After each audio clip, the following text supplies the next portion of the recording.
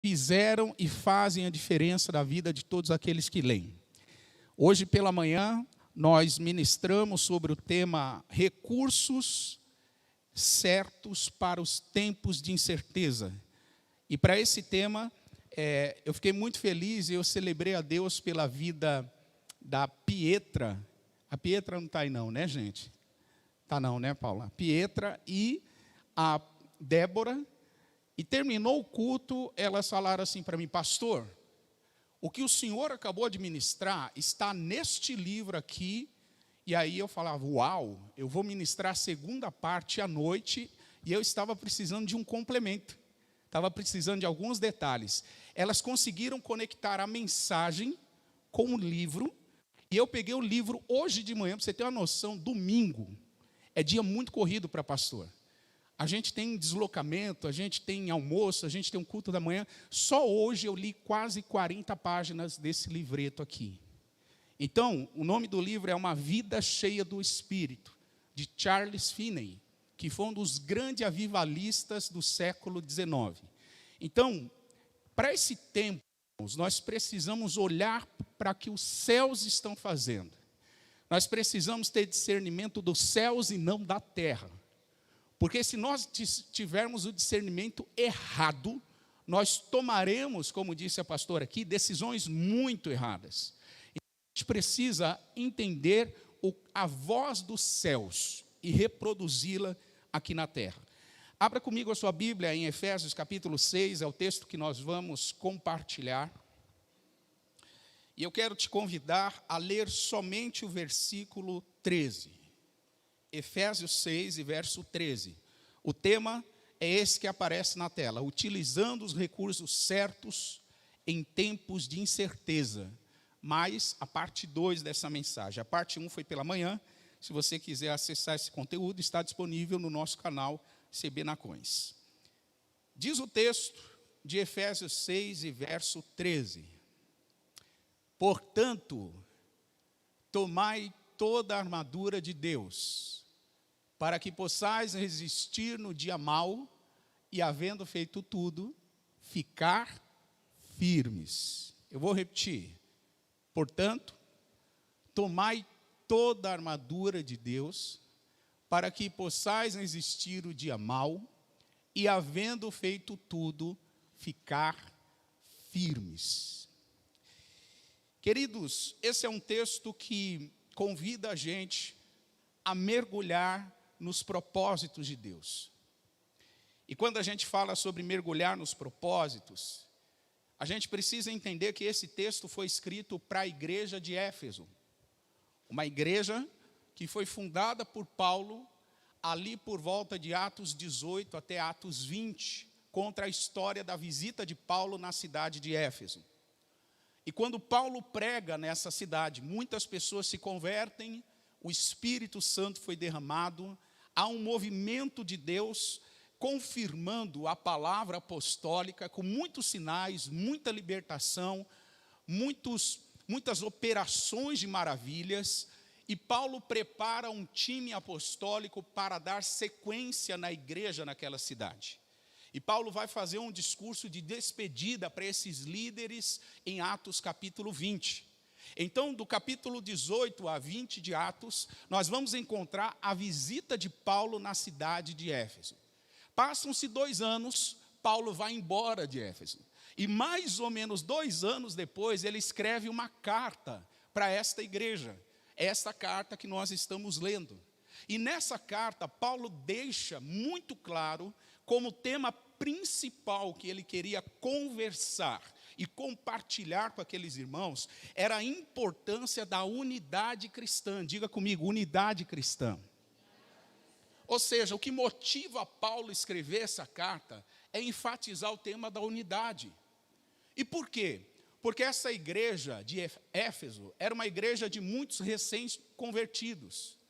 Pessoas que se converteram recente ao Evangelho, que não tinham uma consciência cristã, que não tinham amadurecido na fé o suficiente para entender alguns princípios da fé cristã. E Paulo escreve para esses irmãos porque havia uma tendência de existir uma separação, uma divisão. Aqueles cristãos que vieram do judaísmo, eles se achavam mais importantes. E aqueles cristãos que estavam recém-convertidos, que eram gentios, eles se sentiam menos importantes. Então, essa divisão na igreja, do ponto de vista de Paulo, era intolerável, porque o povo de Deus precisa ser unido em torno de Cristo, em torno de princípios de fé, em torno de algo e sensos comuns a todo aquele cristão. Então, nesse cenário todo, o Paulo vai escrever o que nós acabamos de ler.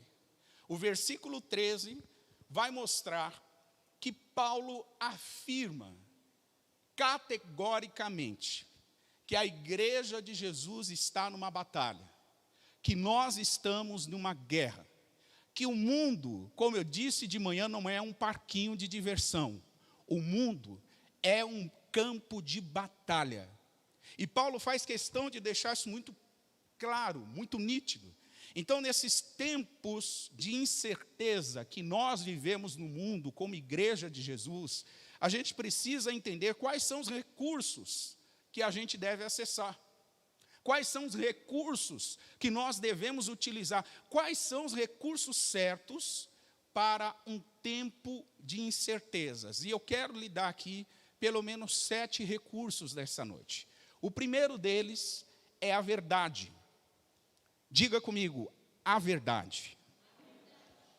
Versículo de número 14 de Efésios 6, vai dizer: estai, pois, firmes, tendo cingidos os vossos lombos com a verdade. Em outras palavras, Paulo está dizendo assim: vistam-se da verdade. Não abra mão da verdade. E ele usa a expressão que a verdade, ela serve como um cinto que cinge os lombos. O cinto daqueles tempos não era esse cinto curtinho que a gente tem. É aquele cinto de mais ou menos um palmo, que usava para proteger toda a parte lombar de um soldado. Por isso que Paulo disse que ele usa o cinto da verdade para cingir, proteger os lombos, conectar a parte de baixo da armadura com a parte de cima. Então, esse cinto, ele servia para conectar, e Paulo chama esse cinto de verdade. Irmãos, nunca é demais falar que a verdade liberta e a mentira aprisiona. Ao mesmo tempo que a verdade tem potencial libertador, a mentira tem potencial aprisionador. Porque o pai da mentira, como disse o texto de João capítulo 8, é o diabo. Então, o apóstolo Paulo está dizendo, a verdade, ela nos liberta. A verdade nos une com as bênçãos de Deus. E quem é a verdade, pastor? A verdade é o próprio Jesus. João capítulo 1, versículo 14, diz que o verbo se fez carne. Ele habitou entre nós. Vimos a sua glória, cheio, a Bíblia diz, cheio de graça e de verdade. Jesus é a verdade. Na sua fase adulta, já pregando o evangelho, Jesus em João 14, versículo 6, ele disse: eu sou o caminho, a verdade e a vida. Diante de Pilatos, quando Jesus foi questionado sobre a sua autoridade, se ele realmente era rei, sabe o que Jesus responde? Jesus olha para Pilatos e diz para ele o que estava registrado em João 18, 37. Jesus diz para ele assim, você diz que eu sou rei, e eu para isso nasci, e para isso vim ao mundo, a fim de dar testemunho da verdade. Jesus é o próprio testemunho da verdade. E ele termina dizendo assim, todo aquele que é da verdade, ouve a minha voz. Ele faz aqui uma observação que é sempre importante a gente entender. Quem é da verdade, ouve a voz de Jesus. quem é da verdade, quem entende a verdade, discerne a verdade, essa pessoa ouve a voz de Jesus, porque Ele é a própria verdade. A gente precisa não apenas conhecer a verdade, a gente precisa aplicar a verdade na nossa própria vida. Foi por isso que Jesus disse: conhecereis a verdade, e a verdade vos libertará. Sabe que no original grego, essa palavra conhecer não implica apenas um processo mental. Significa experimentar a verdade. Eu não apenas conheço ela, eu vivo ela. Eu não apenas decoro a verdade faz parte do meu dia a dia. A verdade faz parte dos meus relacionamentos. A verdade faz parte da minha história. A verdade faz parte do meu dia a dia. Então, quando Jesus diz que a verdade tem potencial libertador, Ele está falando sobre isso. Não apenas conhecer, mas viver essa verdade dia após dia. Então, o primeiro recurso para um tempo de incerteza é: seja alguém de verdade. Seja alguém que vive a verdade. Sabe por quê, irmãos? Porque é chegado o tempo que tudo aquilo que é mentiroso vai ser desmascarado. É chegado o tempo que as máscaras caem, que os fingimentos não prevalecem. Ou nós somos crentes de verdade, ou aqueles mentirosos não vão poder subsistir. A Bíblia diz, Jesus falou que não há nada oculto que não haja de ser revelado. E não há nada encoberto que não haja de ser conhecido. Esse é o tempo de revelar. E se a gente está na verdade, a gente está em paz, sim ou não? Estamos tranquilos. Então, fique do lado da verdade. No tempo de incerteza, número 1, abrace a verdade. Número 2, no tempos de incerteza, use o recurso chamado justiça. Ainda no capítulo 6 de Efésios, e ainda no versículo 14, está escrito: depois de cingir os lombos com a verdade, ele diz: vista a couraça da justiça. E quando a gente olha para essa expressão, a gente precisa lembrar de que justiça Paulo está falando. Paulo não está falando da justiça que você encontra nos tribunais. Até porque essa justiça tem se demonstrado muito falha, sim ou não, gente? Com uma canetada de um juiz se solta a gente que está sendo procurada há anos. Esses dias eu fiquei assustado. Uma canetada de um juiz soltou um mega traficante que estava sendo procurado há décadas pela polícia. Se ele estava sendo procurado, se ele estava sendo investigado, como é que uma canetada solta alguém assim? Se eu fosse abrir espaço aqui, com certeza, cada um de nós falaríamos de um ato de injustiça que ou nós sofremos, ou nós conhecemos alguém que sofreu. Sabe por quê? A justiça humana é falha. Falha. Então, Paulo não está falando de uma justiça humana. Paulo não está falando da justiça que você encontra nos tribunais de justiça, no Supremo Tribunal. Não é esse tipo de justiça. Paulo está falando sobre um nível de justiça mais elevado. O Paulo está falando sobre a justiça que nós só encontramos em Cristo. A justiça perfeita. A justiça que não erra. A justiça que não trata o culpado como inocente, e não o inocente como culpado. A justiça que não perde a mão, mas que é precisa. É desse tipo de justiça que Paulo está se referindo. Ele disse: vistam a couraça da justiça. A couraça é aquela parte da armadura que protege o coração. A justiça é a couraça, é como se fosse um colete que o soldado colocava e protegia o coração ou das espadas, ou das flechas, ou das setas, enfim, protegia essa parte vital da vida humana. E o que Paulo está dizendo é que Cristo é a nossa couraça, é a nossa justiça. Estamos protegidos. Protegidos do quê, pastor?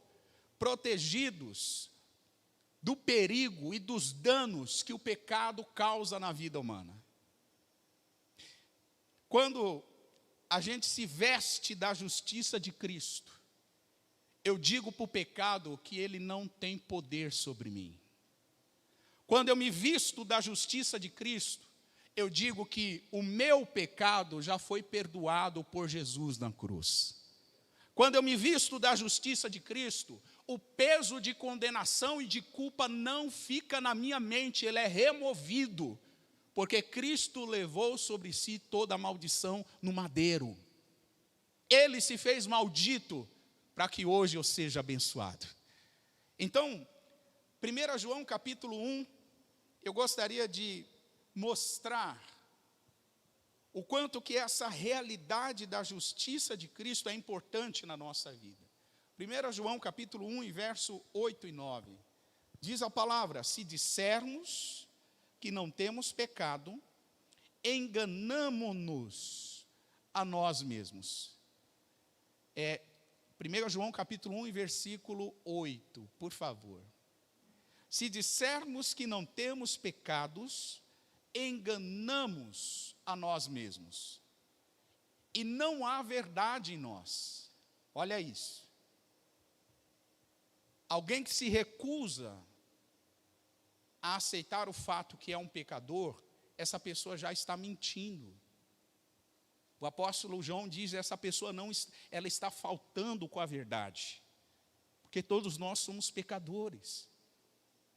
Agora, o texto não para por aí, olha o que diz o versículo 9. Se confessarmos os nossos pecados, Ele é fiel e justo. Ele é fiel e o que, igreja? Ele é fiel e vai praticar justiça para perdoar os nossos pecados e para nos purificar de toda a injustiça. Sabe o que isso significa, irmão? O pecado traz uma punição e uma sentença de morte sobre nós. Mas Cristo, que é a minha justiça, foi o condenado no meu lugar. Foi o réu no meu lugar. E por causa da obra justificadora dele, hoje nós temos perdão de pecados. Nós podemos confessar e ser livres. Então, a justiça é um recurso fundamental nesse tempo de incerteza. Em terceiro lugar, nós precisamos anunciar o evangelho da paz. Diga comigo, o evangelho da paz. Versículo 15 de Efésios capítulo 6. Olha o que diz esse texto. Vocês podem ler na conta do 3. Efésios 6, 15. 1, 2, 3.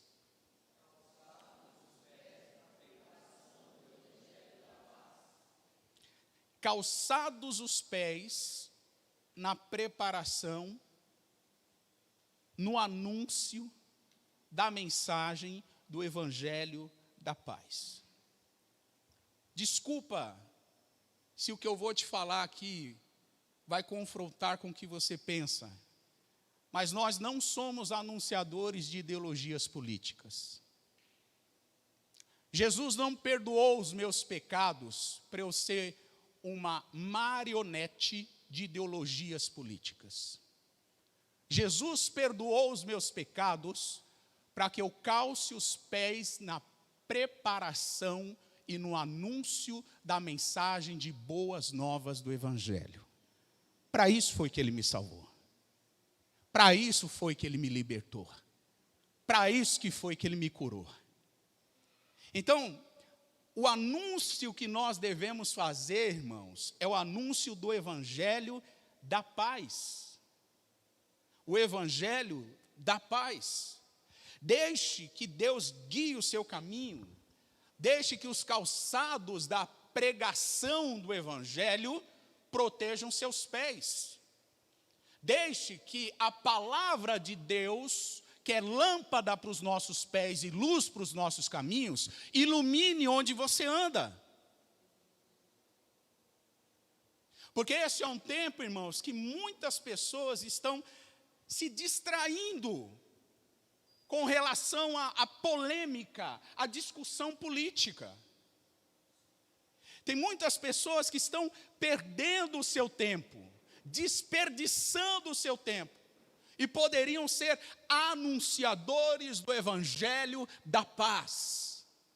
O que a palavra de Deus diz é que nós fomos perdoados para sermos portadores da mensagem do perdão. Isaías capítulo 52 e verso 7. Quão suaves ou quão belo são sobre os montes os pés daquele que anuncia o quê? As boas novas. Quão formosos são os pés dos que anunciam as boas novas do evangelho. Quão formosos são os pés. É aqueles que fazem ouvir a paz. E que anuncia o que, gente? O bem. E que faz ouvir o que, gente? E que diz a Sião o quê? E nós queremos declarar esta mensagem ao mundo, nesse tempo de confusão. A mensagem que nós carregamos não é de uma ideologia política. A mensagem que nós carregamos é as boas novas do evangelho. O que nós carregamos nesse tempo é uma mensagem de bem, não de mal. O que nós carregamos neste tempo é uma mensagem de salvação e não de perdição. O que nós carregamos nesse tempo é uma mensagem que diz: o nosso Deus, Ele reina. E não uma ideologia política. Até quando a gente vai ficar como infantis, como crianças, de berçário, de maternal, se degladiando, dividindo? Essa semana eu fiquei tão triste, irmãos. Eu tenho um sangue nordestino. Minha mãe é uma baiana porreta. Desculpa. E a imbecilidade, a estupidez de algumas falas me assusta. Me assusta. Gente profundamente ignorante, não conhecendo a história do país, não conhecendo a história da formação das grandes cidades, não conhecendo a história de nada, e gerando divisão, gerando segregação. É isso que as ideologias políticas querem fazer. Deixar uns contra os outros. Deixar os pobres contra os ricos. Os negros contra os brancos. Os heterossexuais contra os homossexuais. Ache isso no evangelho. Ache isso na pregação de Jesus. Ache essa mensagem de divisão. Você não vai achar. Porque a mensagem de Jesus é uma mensagem de boas novas. É uma mensagem de paz. Bem-aventurados são os pacificadores, porque eles serão chamados filhos de Deus. Agora, irmão, que ódio é esse? Que bronca é essa que está brotando no coração das pessoas? Que ódio! Gente odiando, pessoas da própria família. Jesus mandou amar e as pessoas estão odiando. Jesus mandou perdoar e a pessoa está alimentando remorso, porque a pessoa vota diferente. Essa semana eu participo de muitos grupos de pastores, não só no Brasil, mas no mundo inteiro. E um dos grupos que eu participo começou a esquentar o calor da discussão política, da discussão e aquela coisa toda. E aí eu falei, escute, a gente demorou 10 anos para construir um relacionamento saudável. E em nome de ideologia política, a gente vai destruir um relacionamento que demoramos 10 anos para construir. Acabou a discussão na hora. Quantas famílias, irmãos, estão divididas? Pastor, você não tem a sua opinião política? Claro que tenho. Eu já tenho meu candidato, eu já sei em quem eu vou votar. Mas quem pensa diferente de mim, eu amo, eu cuido, eu acolho. Sabe por quê? Ideologia política não vai entrar nos céus. O que vai entrar nos céus é gente lavada e remida pelo sangue do Cordeiro. Gente que entendeu que é o Evangelho da paz. Gente que se dispõe a levar a boa notícia do Evangelho. Nós precisamos anunciar o Evangelho da paz. Em quarto lugar, quarto recurso para os tempos de incerteza, nós precisamos ter a fé como escudo. Olha o que diz o verso 16 de Efésios 6. Tomando, sobretudo, o escudo da fé, com o qual podeis apagar todos os dardos inflamados do maligno. Tome o escudo da fé. Tome o escudo da fé. A fé vence o inimigo. O escudo é aquela parte da armadura que protege das setas. A fé, irmão, protege cada um de nós dos ataques do diabo. A fé nos ajuda a nos defender das acusações, das dúvidas e das tentações do diabo. 1 João capítulo 5 e verso de número 4 está escrito: porque todo o que é nascido de Deus vence o mundo. Todo que nasceu de Deus vence. E a vitória que vence o mundo é a nossa fé. Pela fé, a gente vai atravessar os tempos de incertezas. Pela fé, a gente vai passar pelos maiores conflitos existenciais da história humana. Pela fé, irmãos, nós vencemos a pandemia. Pela fé, nós vamos vencer as incertezas econômicas globais. Pela fé, nós vamos vencer todo tipo de novas pandemias que eventualmente surjam. Pela fé, nós vamos atravessar e vamos chegar do outro lado. A vitória que vence o mundo é a nossa fé. Não é o nosso discurso, é a fé. E a fé é algo prático. Sem a fé, a gente não agrada a Deus. Hebreus 11:6 fala isso. Ora, sem fé é impossível agradar a Deus. A gente não agrada a Deus.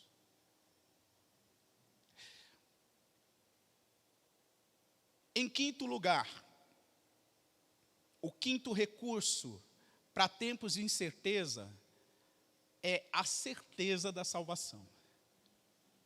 Ou seja, o capacete da salvação. O verso 17 diz: tomai também o capacete da salvação. Tome também a certeza da salvação. Jesus, ele salva. E o capacete é esse instrumento que protege as nossas cabeças, protege os nossos pensamentos. Você sabe que quando fala do dardo inflamado do maligno, é uma seta que é atirada com o objetivo de atingir os pontos vitais do inimigo. Ou seja, o coração, a mente. E quando nós olhamos para a palavra de Deus, a gente vai perceber que a couraça protege o coração e o capacete protege a nossa mente. Todos os dias nós somos assediados com níveis de pensamentos terríveis. Todos os dias o diabo está disparando flechas para manipular o que a gente pensa, para manipular a nossa forma de pensar. Todos os dias. É uma batalha diária. E por que não dizer várias vezes ao dia? Jesus, ele não só nos salvou, não só nos entregou o capacete, que é a certeza da salvação, como também a gente carrega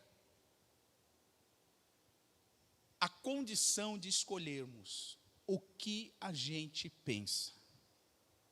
Nós podemos escolher. Nós podemos filtrar aquilo que a gente pensa. As sugestões do maligno vão existir, mas aquilo que eu vou pensar é escolha minha. Filipenses capítulo 4 e verso 8. Você é livre para escolher pensar as coisas corretas. Você é livre para escolher pensar de acordo com a vontade de Deus. Olha o que diz Filipenses capítulo 4 e verso 8.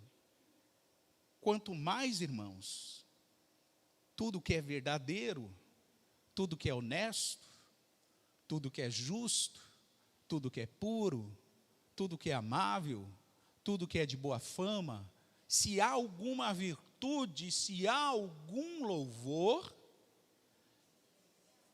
nisso pensai. Percebe que nessa expressão, nisso você deve pensar, é uma escolha que a gente faz. Eu escolho pensar nessas coisas que Paulo diz aí. A sugestão de pensar errado vem, mas nós escolhemos pensar naquilo que é certo. Por quê? Nós estamos com a certeza da salvação, o capacete da salvação. Porque eu tenho a certeza da salvação, eu não permito qualquer pensamento ocupar a minha mente. Eu sou seletivo, eu filtro, eu descarto pensamentos improdutivos, porque essa autoridade está sobre nós, você diz amém?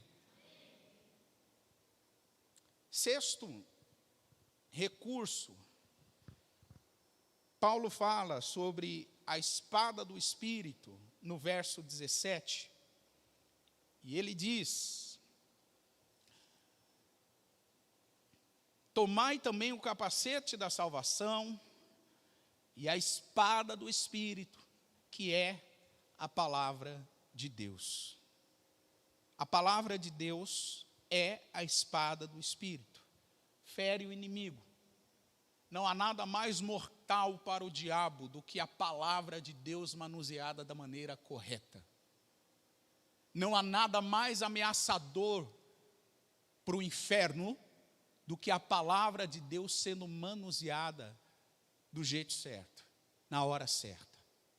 Jesus enfrenta a tentação no deserto, cara a cara com o próprio diabo, usando a palavra.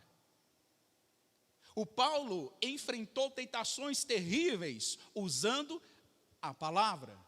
E ele chega a dizer para o seu discípulo, Timóteo, a importância de manusear bem essa palavra. 2 Timóteo capítulo 2, acompanhe comigo no verso de número 15. 2 Timóteo 2, 15. E Paulo está dizendo a Timóteo, um discípulo, um filho na fé, alguém que tinha o chamado para anunciar essa mensagem de boas novas, o Paulo disse: procura apresentar-te a Deus aprovado, como obreiro que não tem do que se envergonhar. E o obreiro que não se envergonha é aquele que faz o quê, gente? Maneja bem a palavra da verdade. Deus está levantando uma igreja que manuseia a espada do Espírito, mas manuseia bem, porque se manusear errado, irmão, você vai cortar onde não deve cortar. Se manusear errado, você vai ferir quem você não deve ferir. Se manusear errado, você vai, às vezes, atingir aliados, ao invés de atingir o inimigo. A palavra de Deus precisa ser bem manuseada. Por isso que Paulo dá esse alerta para Timóteo, porque a espada do Espírito tem que ser bem manuseada. Devemos combater as mentiras e as tentações, declarando as verdades da palavra. Para cada mentira do diabo, há uma verdade na palavra de Deus. E nós precisamos anunciar ela. Hebreus capítulo 4 e verso 12. Porque a palavra de Deus é viva e eficaz e mais penetrante do que qualquer espada de dois gumes. Penetra até a divisão da alma e do espírito, das juntas e medulas, e é apta para discernir os pensamentos e as intenções do coração. A palavra de Deus é viva, povo de Deus. A palavra de Deus é viva, igreja. Ela corta na gente em lugar que nenhum outro instrumento cortante pode alcançar. Ela penetra. Quando manuseada corretamente, ela penetra. Ela muda a nossa linha de raciocínio. A palavra de Deus tem um poder de separar as coisas certas das coisas erradas. A palavra de Deus é viva e tem esse poder. Então, Paulo disse, manuseiem a espada do Espírito, que é a palavra. E eu termino com o último recurso para uns tempos de incerteza, que é oração contínua. Diga isso comigo, oração contínua. Versículo 18 de Efésios 6. Se coloque de pé, nós vamos encerrar lendo esse texto.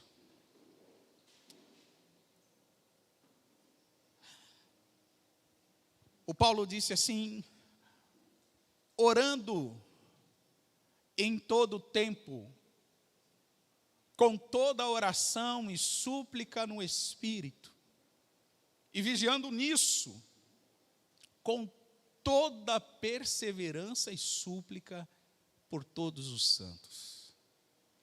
Pega algumas expressões desse versículo. Orar em algum tempo, é o que diz aí? Todo tempo. Orar com alguma perseverança, é o que diz o texto? Toda perseverança. Orar por alguns santos, é o que diz o texto? Todos os santos. Orar em todo o tempo. A igreja atravessa os vales da história orando. Sabe como a igreja enfrentou o Coliseu romano? Sabe como a igreja enfrentou Roma, que incendiava os cristãos vivos? Orando.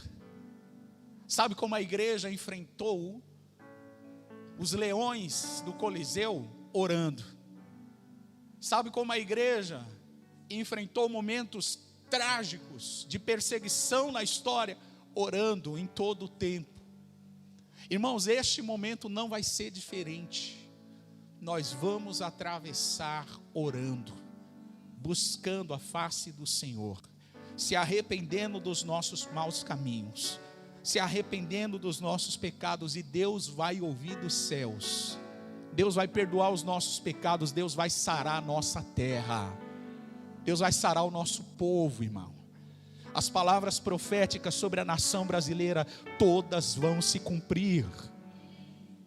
Agora abre o teu coração para isso.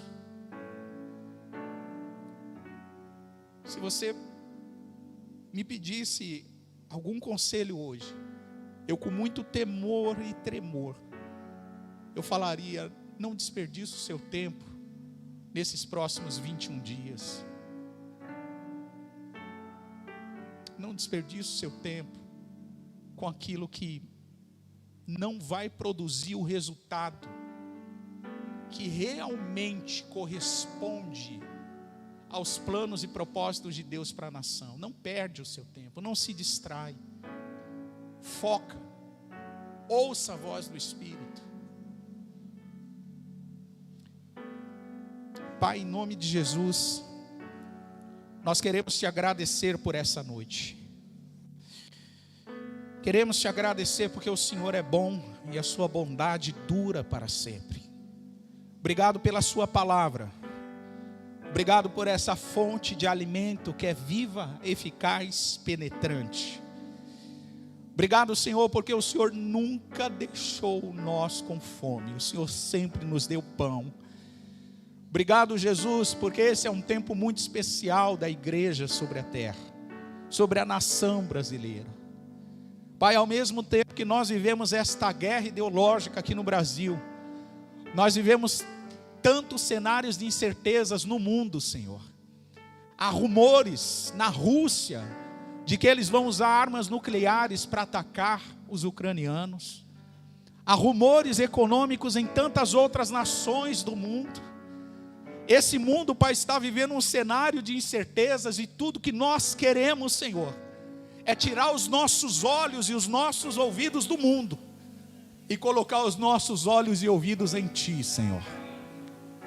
Por isso eu te peço nessa noite, abre os olhos do nosso entendimento, abre os nossos ouvidos espirituais, para a gente lutar aquele que é o bom combate, Senhor. Não lutar aquele combate que os homens querem que a gente lute. Não lutar aquele combate que as estruturas querem que a gente lute. Nós não somos marionetes na mão do sistema. Nós somos formadores de opinião para a sua glória, Senhor. Por isso, equipa a tua igreja com grande autoridade. Equipa a tua igreja com amor, com compaixão.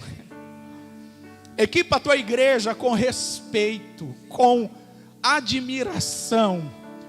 Ó Deus, equipa a tua igreja com todas essas armas espirituais. Que haja sobre nós a verdade, a justiça. Que haja sobre nós a certeza da salvação. Que haja sobre nós os calçados da pregação do evangelho da paz. Que haja sobre nós o escudo da fé e a espada do Espírito. Que haja sobre nós uma disposição para orarmos em todo o tempo, por todos os santos, com toda a perseverança. Levanta uma igreja intercessora, Senhor. Levanta uma igreja que não se encurva ao sistema, mas tem uma voz profética, uma voz de autoridade. Nós declaramos todo espírito de manipulação que tenta manipular a voz profética da igreja é cancelado, Senhor. É paralisado. Todo espírito de manipulação que tenta enfeitiçar, encantar, que tenta, Senhor, lançar desvios na voz profética da igreja, é anulado e cancelado em nome de Jesus. Em nome de Jesus. Como nos dias de Elias, Senhor, a tua igreja levanta uma voz profética. Como nos dias de Elias, nós nos refugiamos em Ti e recebemos alimento, recebemos pão e água para seguir a jornada. Espírito do Senhor, confirma esta palavra com sinais, porque os sinais vão seguir os que crerem. Em teu nome, Senhor, está escrito: demônios serão expulsos, enfermos serão curados. Em teu nome, Jesus. Se bebermos coisas mortíferas, não nos causarão dano. Confirma esta palavra com sinais. Querido, levanta uma voz de gratidão ao Senhor agora. Se você pode soltar palavras de gratidão ao Senhor. Adore a Jesus, adore ao Senhor. Solte palavras de louvor, de gratidão, de exaltação.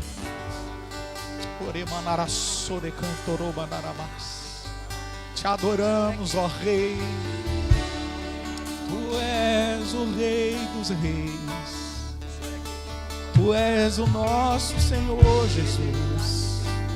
Seja entronizado o teu nome, Senhor. Seja adorado. Seja glorificado. Seja exaltado, Senhor. Te amamos, te exaltamos.